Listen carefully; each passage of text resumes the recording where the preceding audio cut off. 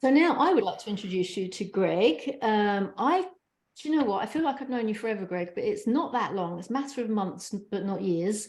And I can't even remember where we met, apart from via Tinternet. We've never met in real life. That doesn't seem to matter. Whenever we talk, we have a lot to say to each other, and we kind of agree a lot. Sometimes we like to disagree as well, which is good. I think that's very healthy. Yes, we do. Greg very kindly said he would talk for our session today. And I think it's very relevant because AI, you've probably all had a dabble with at somewhere or another, either found it useful or frustrating, but maybe there's a backlying concern about what's my business going to look like in 10 years time, 5 years time, 2 years, 1 year's time. What's it going to look like? So I'm going to hand over now to him because he's been doing some interesting thinking and looking back in history to get some of the answers. So I'm going to stop my share. Over to you now, Greg.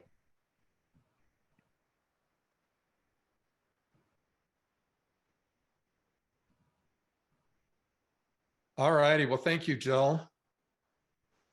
I've been looking forward to actually sharing this with you. We're here today because we believe in doing human things to make a positive impact on the world. And we believe in the human spirit. And I want to talk to you about something that's really crucial. It's about the challenges we face when we surrender our own ability to create and socialize those creations to reach our creative potential and change the world. It's the foundation of how to become irreplaceable in the age of AI. And I apologize to Jill, I changed the title of the presentation, but that's okay. It still means the same thing. You know, as I think about it, I think today we're at a crossroad in history. We're experiencing an inflection point that has been inevitable really for about the past 10 or 15 years. This inflection point is eerily similar to challenges that our ancestors, excuse me just a minute here, that our ancestors experienced during the Dark Ages. And not completely recognizable, but for example, there was a loss at the fall of the Roman Empire, there was a loss of historical knowledge.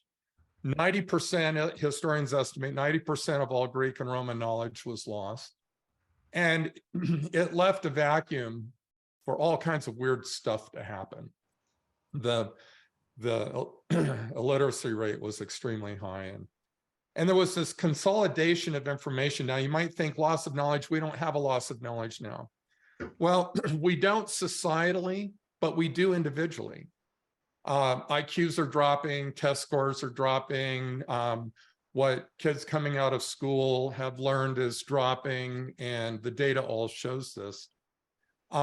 So it's not loss of knowledge on a societal level, but on an individual level. And we've replaced with our, this knowledge with what I call just-in-time learning. I mean, this guy right here is responsible for a lot of it, right? There's a consolidation of information and knowledge. In the Dark Ages, it was the monasteries that consolidated knowledge to protect it because it was being destroyed at such a fast rate. Well, today, the consolidation are tech companies that are hoarding the knowledge and then requiring you to have a pass to be able to access that. And of course, it doesn't take but just a few minutes in the news, here and there to see all the tribalism and feudalism that's taking place around the world, because we have so many people that are operating in survival mode. And we find ourselves at a point in time in history, modern history now, where creativity is in crisis. Now, I just got flamed on LinkedIn for suggesting such a thing, and but the data and the you'll see in a minute, and a lot of other really smart people looking at different examples have been able to illustrate this.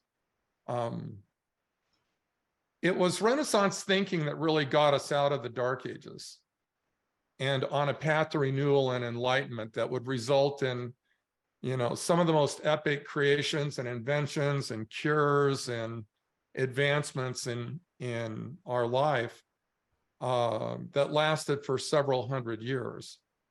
But before we get into that, let's take a look at the big gorilla in the room. And that is AI and the jobs that will be replaced by AI. First of all, when you look at predictions like this one from Goldman Sachs, that 300 million jobs will be lost or degraded by artificial intelligence, I mean, it's no wonder that a lot of us are concerned about that. And it doesn't matter if it's Goldman Sachs or a lot of the other analyst firms. The range is about 85 million to 300 million, and who knows where that's going to land. It's going to have a huge impact. And as a society, we're not necessarily prepared for that.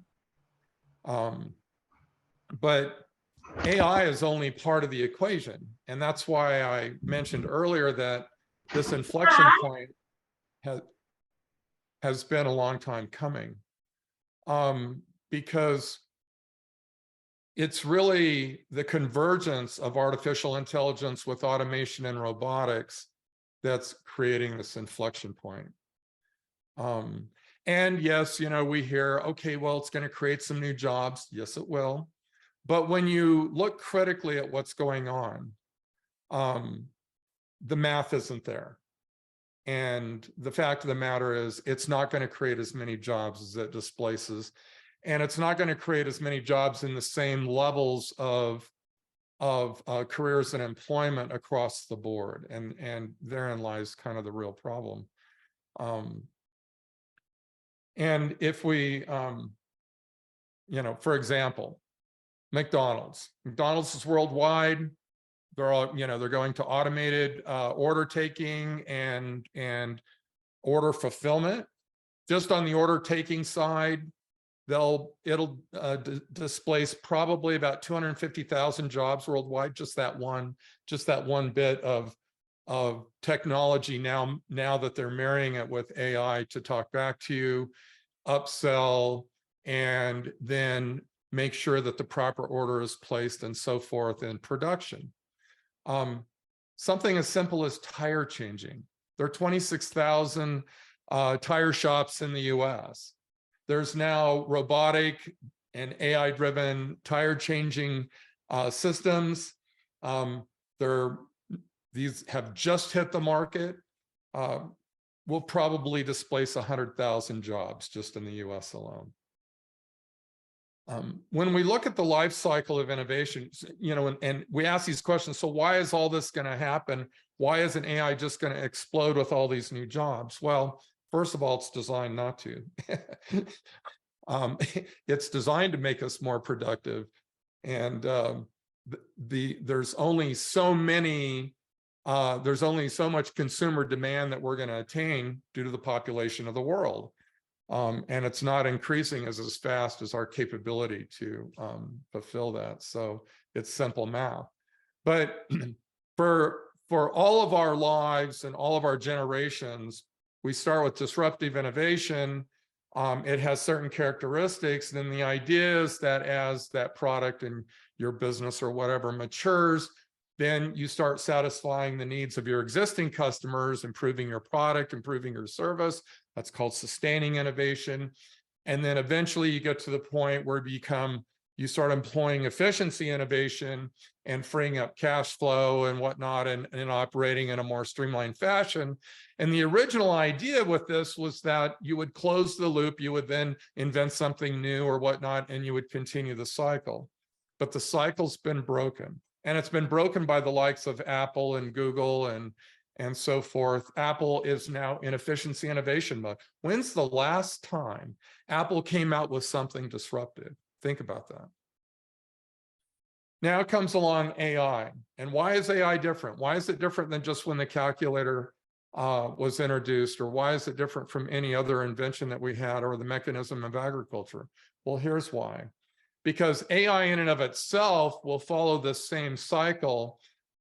The output of the purpose of AI and its product, so to speak, is designed solely for one thing, and that's to enhance that efficiency innovation part of the life cycle.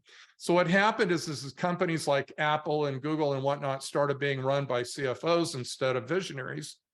Tim that runs Apple now, he was the CFO of the company. They like the money, the stockholders like the money, the business owners like the money, right? So they stop investing in the new technology. Along comes AI and says, look, we can make you operate even way more efficiently. And we're already seeing it. Make no mistake, the layoffs that occurred in Silicon Valley, 250,000 layoffs from November through March or whatever, the efficiency reorganization that the likes of Google and Facebook and so forth have experienced are a lot of those. IBM finally came out and said it. The 7,500 people that they're not going to hire over the next few months are because of AI. They finally just came right out and said it.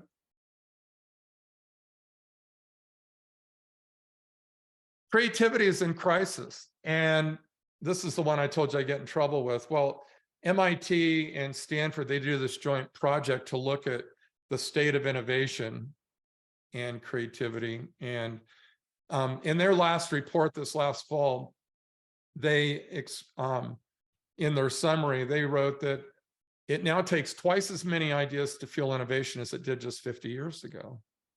And we know a lot of the reasons why. We don't have a time to really get into a lot of those reasons, but we'll see it in some examples in just a minute here. McKinsey, one of the most influential consulting firms in the world. Innovation in a crisis. Dr. Kim at William and Mary University looked at 300,000, all 300,000 of the Torrance test scores since they started applying them. This is a standardized test amongst K through 12 schools to measure levels of creativity in the students. And when she went back and looked at the data, she saw a steep decline that started in 1990, and it's not gotten any better. And we see it in our everyday lives. I started noticing this years ago in automobile design. Every one of these cars that you see is from a different manufacturer, and it's a different model. Now, a lot of these reasons are, I call them the big 8. These are 8 roadblocks to creativity and innovation that as humans, we've been experiencing in some form or another for generations, but they've never been higher as they are now. Conformity, distractions, complacency, just-in-time learning, cognitive overload, and so forth. And technology has been a big driver of that, not just in creating distractions, for example, but in perpetuating and delivering all those other factors that we saw.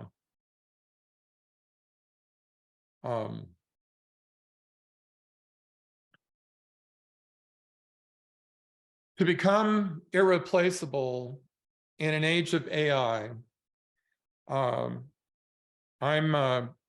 for the first time probably in my, well, people who know me probably wouldn't say this, but in my life, I'm planting a stake in the ground, and I'm reintroducing Renaissance thinking.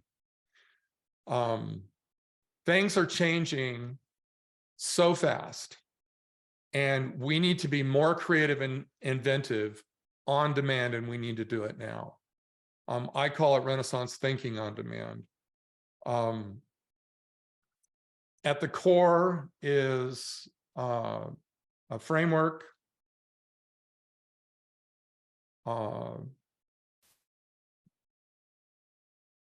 made up of 7 building block behaviors that are naturally organized into 3 dimensions, according to how our brains are already wired to create and socialize those creations. It's a framework modeled from the greatest innovators, scientists, engineers, and composers. past and present, and it aligns with modern neuroscience as to how our brains are already wired to do this. There are 3 dimensions. The first dimension of the framework is to create with originality. Notice I didn't say creativity, but create with originality. This mode is comprised of 3 building block behaviors. The second dimension is about transforming ideas into something actionable, transforming your thought to a thing. This is important because it's the critical step to making your ideas come to life, making them more real by transforming into something that you and your colleagues or customers can get their heads and hands around. And the third dimension of the framework is to amplify outcomes with leverage thinking. This is important because if you can't get others to embrace your idea, what's the point? One of the biggest mistakes made in today's business environment is the timing of when and how we do that. So 25 years ago, when I discovered these elements that were common to all the world's greatest innovators, I also discovered a pattern and a sequence. And it was the same pattern and sequence, no matter who I was researching, from the founders of Apple and Intel and HP to musicians, Elton John and Bernie Taupin, or Queen, the band, in coming up with iconic songs. The inventors at Bell Labs. Again, it was the same pattern and sequence over and over and over again. And there's a role of collaboration in this. And this role is kind of multifaceted. The most valuable part of the role is, so think about it this way: when most people network or work in a team, they kind of default to what's in it for me, right? We call that resource networking. But the most important part, or the most important thing you can do, is to consider this team, this collaboration, as for idea networking. In fact, we found that it's a critical step in the success of all the greatest innovators and entrepreneur innovators. And afterwards, you can, if you want to contact me about this, I even have test scores. It's really a fascinating thing to see. But I think the fundamental relationship between inventive thinking and collaboration, or the most important, is to focus on what you can uniquely contribute to the collaboration, not what the collaboration can contribute to you. I'm going to skip this part. This pattern and sequence has led to works beyond anyone's imagination, including myself. But for the past 10 years or so, creativity has been the most sought after skill. And I think people kind of got tired of talking about it. But it's now more critical than ever. But because we're not hitting the mark, it's left a gap. And the gap, for a while, this gap has been filled with memes and cheat sheets and hacks and misinformation in general about how to be innovative, how to be more creative. And quite frankly, hardly any of them move the needle. And now the misinformation is that AI is going to make you more creative somehow. All you have to do is surrender to it and craft the prompts to get the output you want. Not so fast. Outsourcing or relinquishing your creativity to AI has consequences. First, there's the loss of personal expression. Creativity is the essence of who we are. It's our unique imprint on the world. If we outsource that, we really risk losing our voice. Then there's dependence. Relying on AI for creativity, relying on anything, reduces or increases your dependence on that thing. You'll eventually find yourself really kind of unable to create or innovate without the assistance of AI. Quality control is another issue. AI in particular doesn't fully grasp nuanced human experiences or emotions or subtleties, which are often essential elements in your work. Similarly, it doesn't fully understand what it is you're trying to do. And that brings us to the limitations of AI. And, you know, by now, probably everybody in this meeting has played around with an AI app or a LLM model-based app or Chat GPT. You've all heard of that. It can generate content, but it doesn't truly understand what it's generating. It doesn't feel it. And creativity requires feeling. The fifth point is about skill development. If you constantly delegate creative tasks, or your own abilities to be creative will wither. That's a loss for you. It's a loss for all of us. And it's a loss for what you can contribute to a collaboration. Next, we face legal and ethical consideration. Who owns the work created by AI? It's getting really complex and messy. And we really have to start treading carefully. And the lawsuits, by the way, are already stacking up. And then finally, homogenation. If everyone starts to rely on the same or similar AI tools for creativity, we end up with a world full of sameness. And creativity thrives on diversity. These designs, by the way, were all created by an AI app with different prompts, but they all look the same.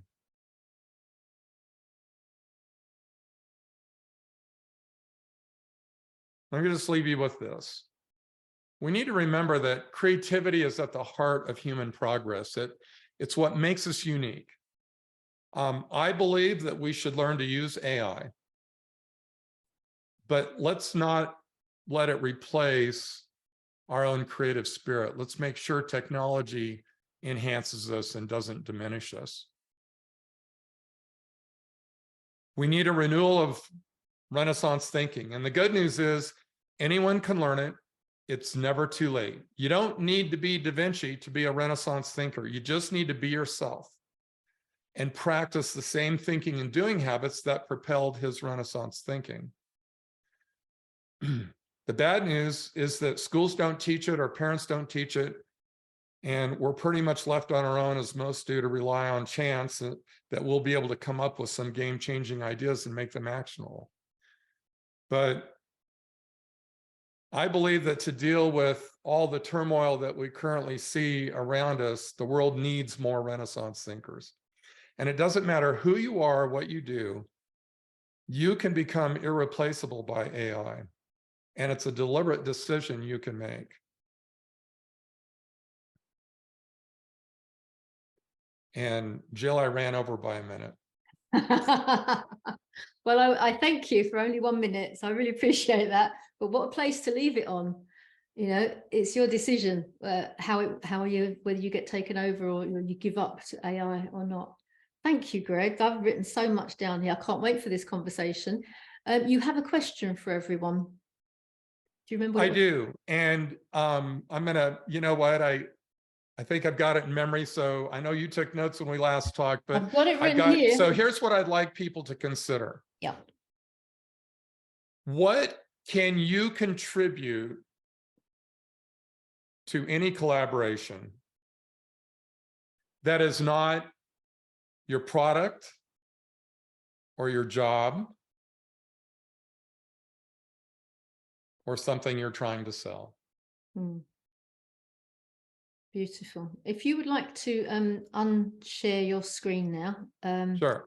We'll go back. Thank you. A round of applause from, I won't until you can see everybody, and they're going to give you a little round of applause for that talk. And we're going to take that information. Thank you so much.